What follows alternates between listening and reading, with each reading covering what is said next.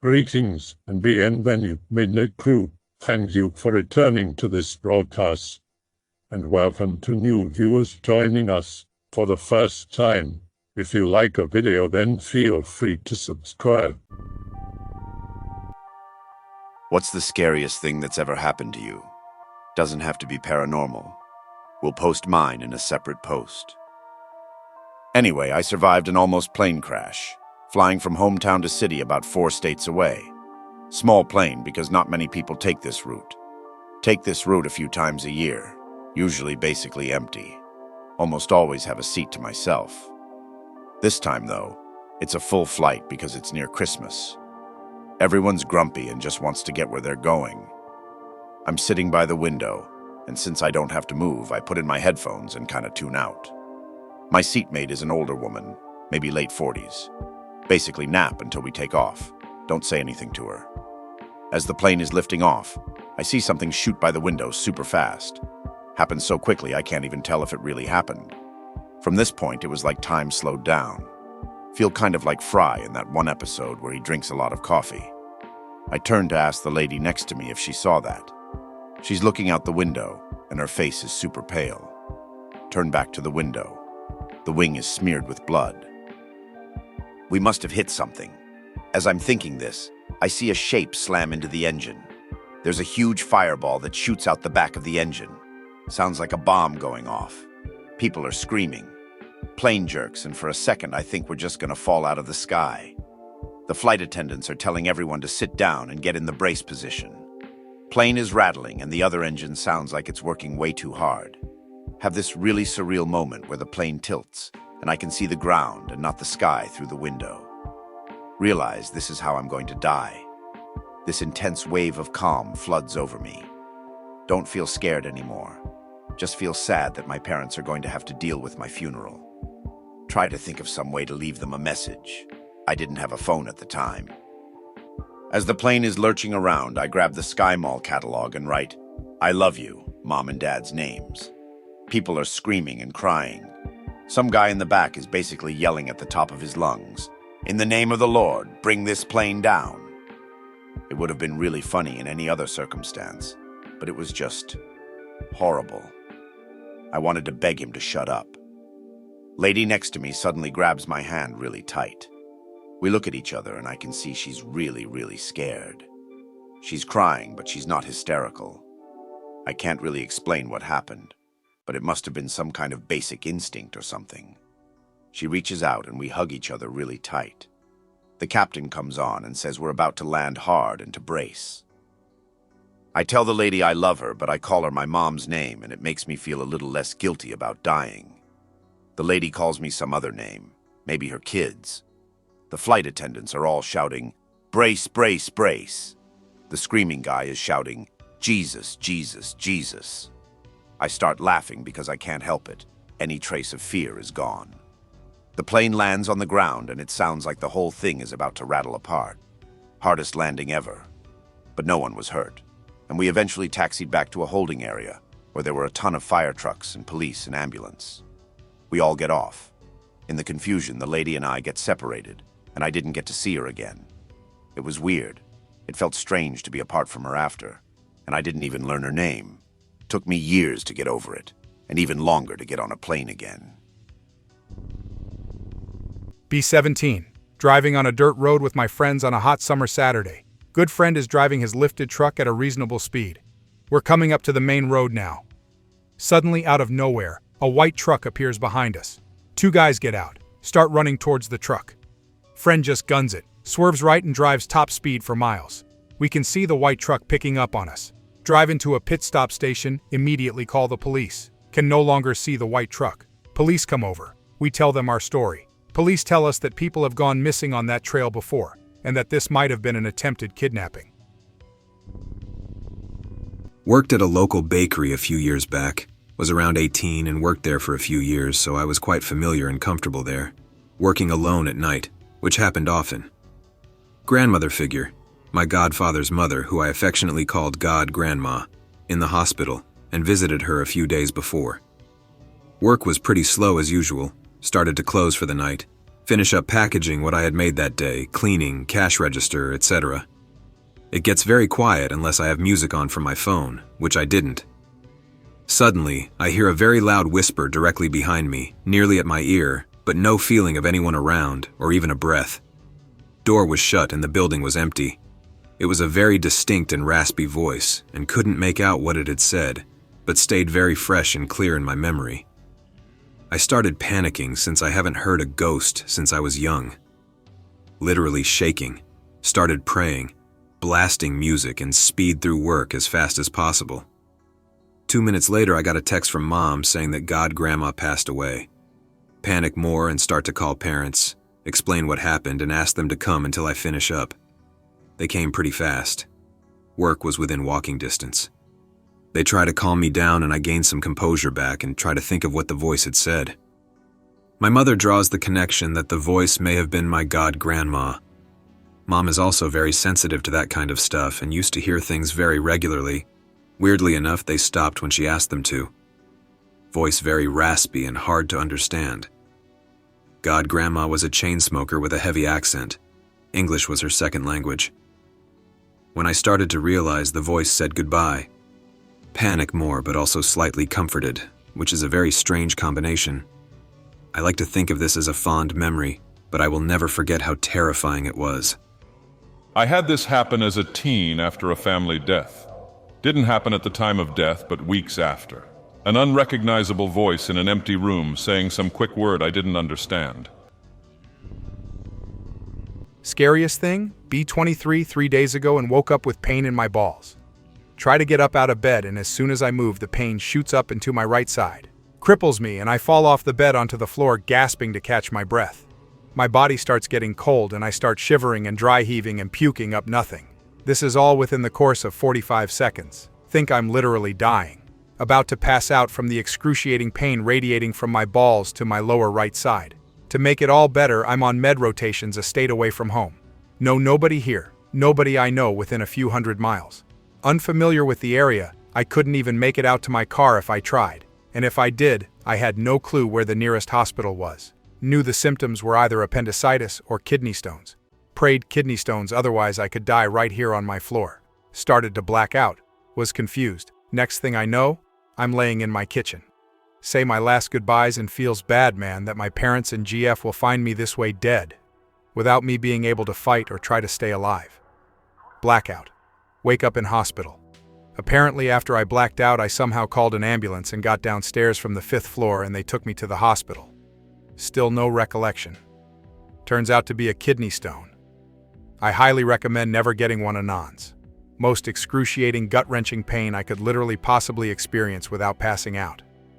Felt like someone had cut open my scrot, attached a hook to my right testicle, and started pulling with the force of 1,000 suns while an MMA fighter repeatedly punched me square in the kidney with all of his strength every 2 seconds endlessly.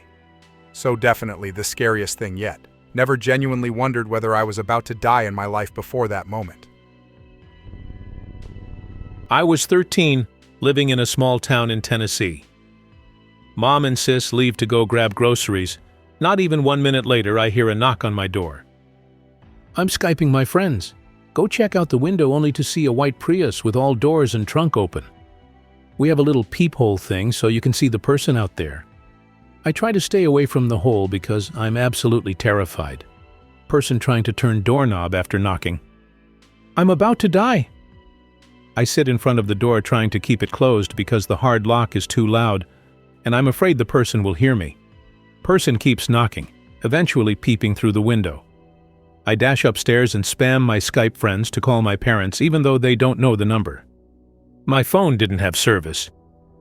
Thankfully, the knocking stopped and the Prius was gone. Mom gets home again not even a minute later. I couldn't sleep for an entire week because I was paranoid that someone was watching me. I moved to a different state and a different house because of financial problems. I got home from school one day and I needed to go to my parents' room for something. The door's locked, but no one was supposed to be home. Later that day, after playing Dota with my friends, the door's unlocked and the TV's gone. I know it's not that big of a deal, but it just brought back that paranoia. In January of 2014, I was 18 and my family and I went on a holiday to the USA. We're from New Zealand. We had just taken a train from DC to New York and were going to catch a cab to the airport and fly to California. Anyway, it was 2 or 3 in the morning in the New York Underground, and it was grim. Junkies everywhere, lots of dodgy people about, so my dad told me, my mum and my sister to look straight ahead and walk fast so that we could get out of there ASAP. For some unknown reason, my mum decides it's a fantastic time and place to dig through her bag to get her gloves, as it was cold as balls. It takes a few seconds for us to notice she had randomly stopped, and when he realizes, my dad gives her a "What the fuck are you doing?" stare. Little did he know that right behind her were 2 junkies trying to break into a store. One of them thinks he is looking at them with that look and yells out, "The fuck you looking at?" I was already pissing myself at this point, but after a few seconds one of them pulls out a fucking knife. My dad then yelled my mum's name, but she was completely oblivious, still putting her gloves on, and started having a go at my dad for rushing her. Once they notice her, they for some reason turn around and go back to trying to break into the store. We quickly got out of there and explained what happened to my mum. She doesn't believe us for some reason, and still to this day has no idea how close she was to getting us or her killed. Be me at 15. It was summertime, and during the summer I obviously stayed up relatively late. 2:30 a.m. I decide it's time to get into bed and turn off the lights. Scared about getting into bed with the lights off because I want to be safe under the sheets before anything can catch me. Side note, I still do this shit even now. Turn on the bedside lamp. Then walk to the other side of the room to turn off the overhead light. Get in bed, and only then am I allowed to turn off the bedside lamp. However, before I turn off the lamp, I decide to do a little bit of reading, so I lay there with the lamp on for a while. Some background info. When laying down, I have a shaded window less than a foot away from me to my left, and my bedside lamp is to my right. Get bored, decide to put my book down and turn off the lamp. For about 30 seconds, I toss a little and eventually get situated in the covers. Then, only a few seconds after I stop, I hear knock, knock, knock. Completely stop breathing, freeze up, eyes wide open to the ceiling. The knocking came from the window. Terrified, but with the willpower to stop myself from shaking, I think, could that have really come from my window? The knocking was unmistakably from the glass of my window next to me. It sounded exactly how the flesh and bones of a hand sounded on glass. You could compare the situation to when your friends try to pull a prank on you by knocking on something wooden in their vicinity to make you think that someone is at your door. But you turn to them and say, "You idiot, I know it's you," because either the sound is coming from the wrong direction or the material is slightly different. There's just those minute differences that the human ear is able to pick up on. This knocking was absolutely coming from right next to me, from my window, and it was absolutely made by something like a hand, something very hard yet dull and with power. Nothing like what even a thick branch or strong bird's beak would sound like, or even a dumb big bug slamming into my window. It even had the same cadence as a knock a human would make. I have no idea what to do, so I just stay frozen in bed. I thank God that the window has shades, and I can't see whatever decided to visit me, even if I decided to look away from the ceiling. It was horrifying to think that whatever was there had to be less than 2 feet away, only blocked by glass and shitty blinds, and I could have easily just lifted them to come face to face with it. I'm already almost shitting myself when I think, oh God, I live on the 3rd floor. Whatever knocked on my door had to scale the house to get to my window and knock on it. My heart's beating faster than ever. I hadn't been this spooked in my life by that time. After 10 minutes of silence and staying still, I slowly get up from my bed and walk to my parents' room, wake Mom up and tell her everything that went down. After making sure all the doors are locked and comforting me, she reluctantly goes to bed and tells me to wake her up if anything like this happens again tonight. I sleep downstairs in the living room because I'm too scared to sleep next to my window. Next morning, my mom tells me that when my little brother, who was more hardcore in staying up and went to bed at 5 a.m., turned off his light, she also heard another set of 3 knocks, this time from the front door. We don't know if they were connected, but it seemed like there was a pattern. When the kid's light is off, knock. Nothing like this ever happened again. I'm sorry for my bad writing. I swear I'm way better at telling stories face to face. Last year, around September, I was at Nelson Ledges in Ohio. My girlfriend at the time wanted to go camping on an off day prior to an event to gauge how we like it and such. Few people, less than 50 over this vast area. Huge campground, lake, and concert area, and all thickly covered in dry leaves. Set up camp, far out by ourselves, go about our day, make a fire, and night comes. It's around 12:30 a.m., and we had just started dozing off. Already being a cooler night, it suddenly gets very cold and very quiet so it wakes us up. I go to throw another few logs on fire and grab extra blanket from the car.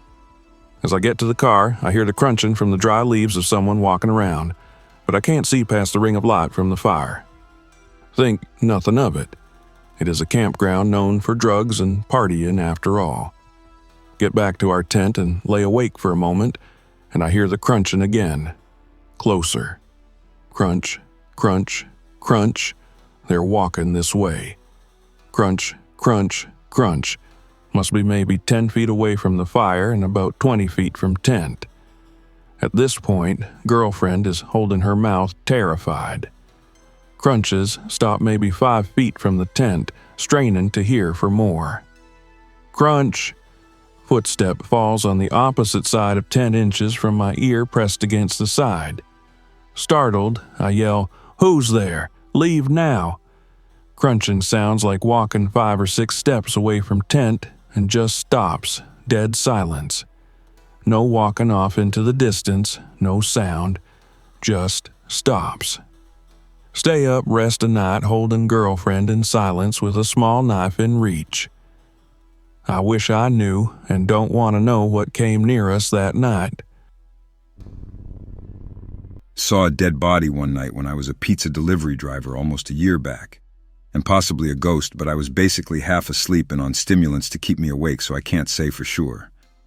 Last November, I worked as a pizza delivery driver, working 45 hours a week, close every single night. It's a Tuesday night, been slow, so I'm the only one there. We stop taking delivery orders at midnight, then we close after I'm done taking them all. Come back at 1 a.m. after taking a double. Closing manager yells from the back, "One last delivery, anon." I'm on ADHD meds and haven't slept in a day and a half. I go straight to the computer, check it out, and pick up the order. Think to myself, great, it's in Little Mexico. Little exposition.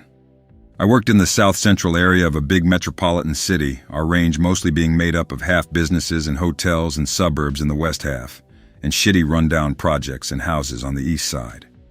This delivery address was smack dab in the center of the eastern part, pretty close to the Magnet High School.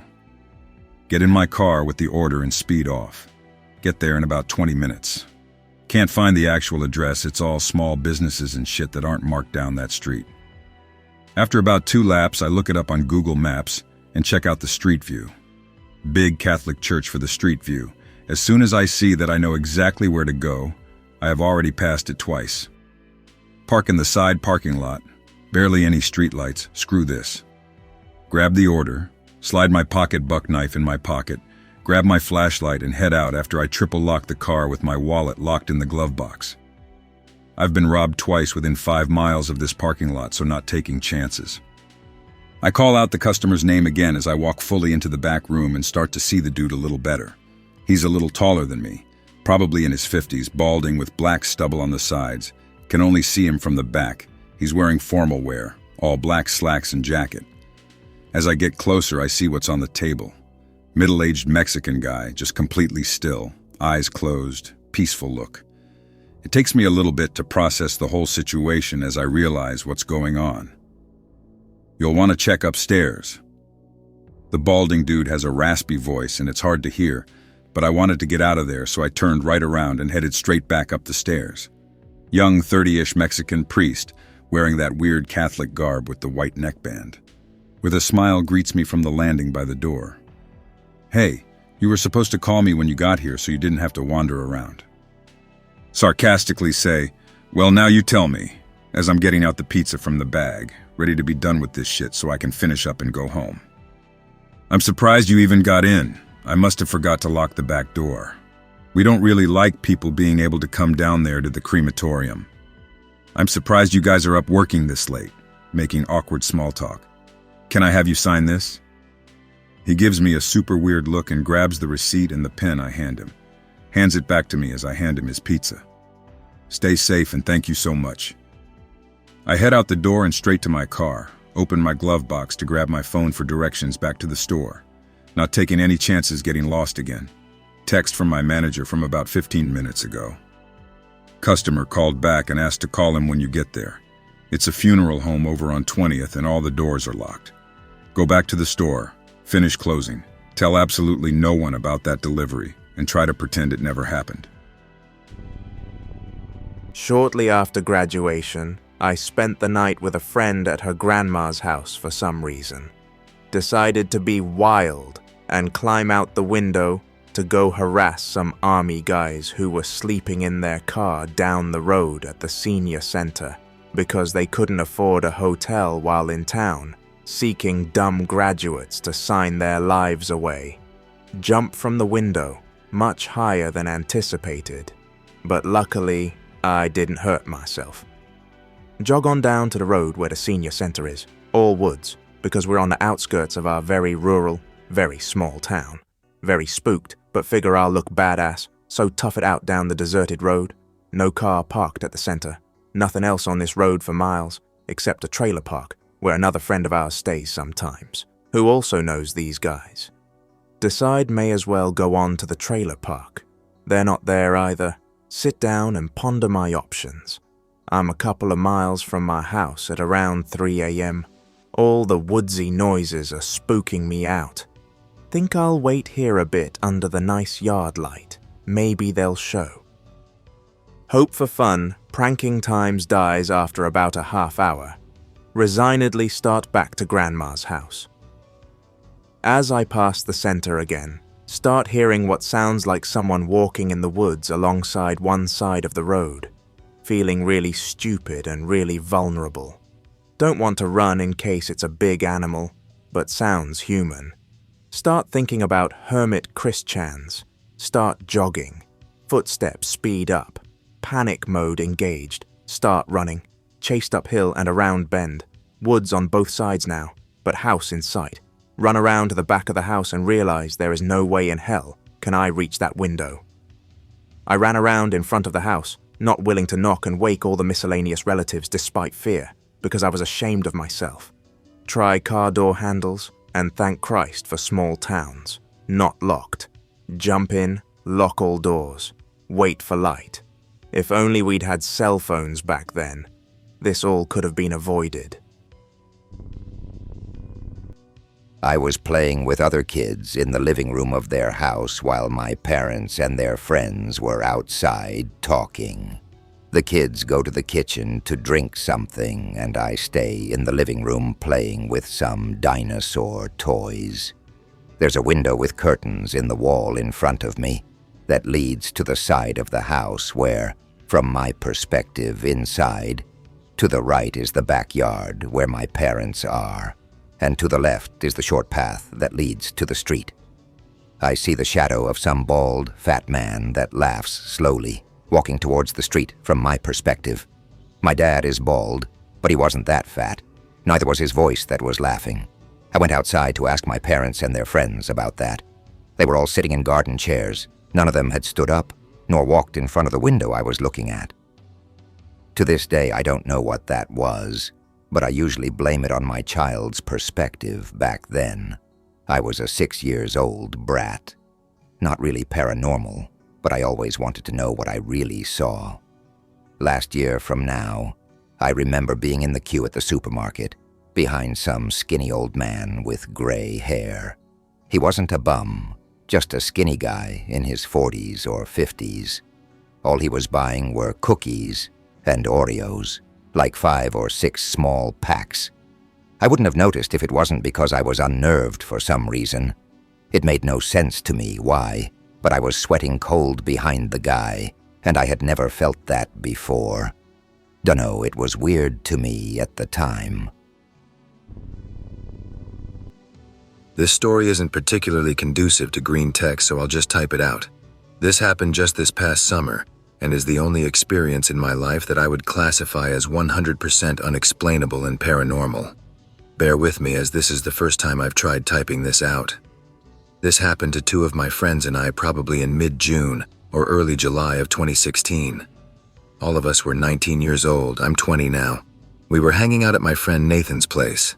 It's currently used as an office for his grandfather and uncle, who run an architect firm out of it during the day. The building itself isn't anything spectacularly spooky from the outside. Looks relatively modernized despite being made of brick, but the inside is pretty creepy. Looks almost Victorian-era-esque.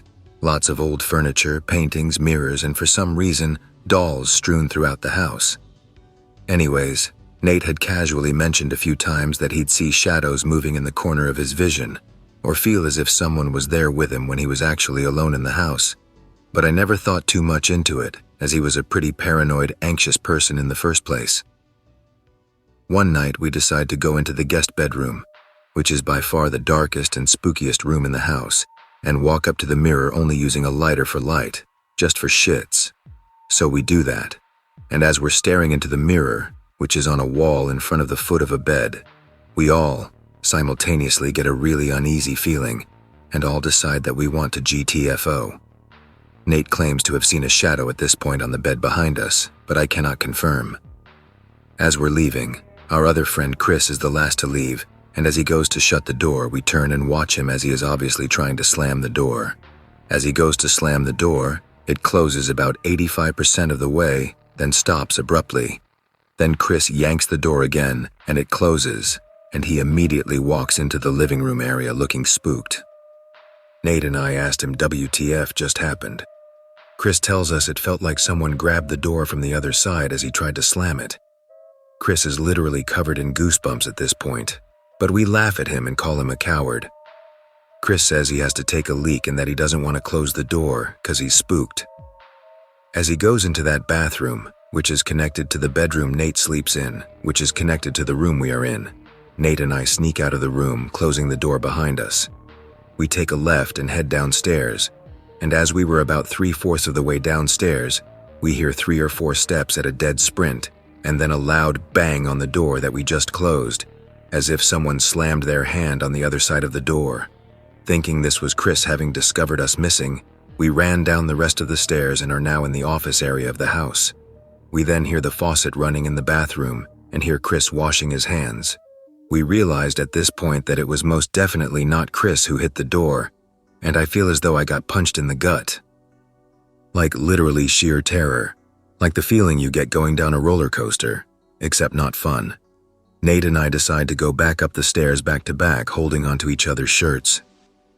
We make it up into the living room again in one piece and find Chris sitting in the far corner in a chair, just blankly looking forward. We ask him WTF and he responds with, "Did you guys slam the door on me?" We're like, WTF, no, what do you mean? Apparently, while in the bathroom, Chris had the bathroom door slammed on him. Mind you, this was completely separate from the noises we heard. We panic. Meanwhile, Chris's phone suddenly vibrates and he takes it out to reveal something like 14 new voicemails on his phone, and as he does this, the lamp he's sitting next to starts flickering like crazy. Chris and I nope out and leave Nate to his haunted house. Nothing else much ever happened, except one night we screwed with a homemade Ouija board and got results. The scariest thing that I think can happen to a person is believing something for so long and so adamantly, and then suddenly having unerring evidence that everything you thought was wrong. 14 at the time. Brother was 19. Other than having some violent tendencies, though none towards me, he never was a troublemaker. Volunteered at dog shelters, spent time helping the EC kids at school, neighborhood bro, stand-up guy, hanging out with a group of friends at a park, late at night. Summer was literally just starting and school was out by maybe 2 days. We're in this sort of field stadium part of the park, No lights, so we could see the parking lot area and walking area, but we're well hidden. The forested bits of the park are bumping with bonfires and partying kids.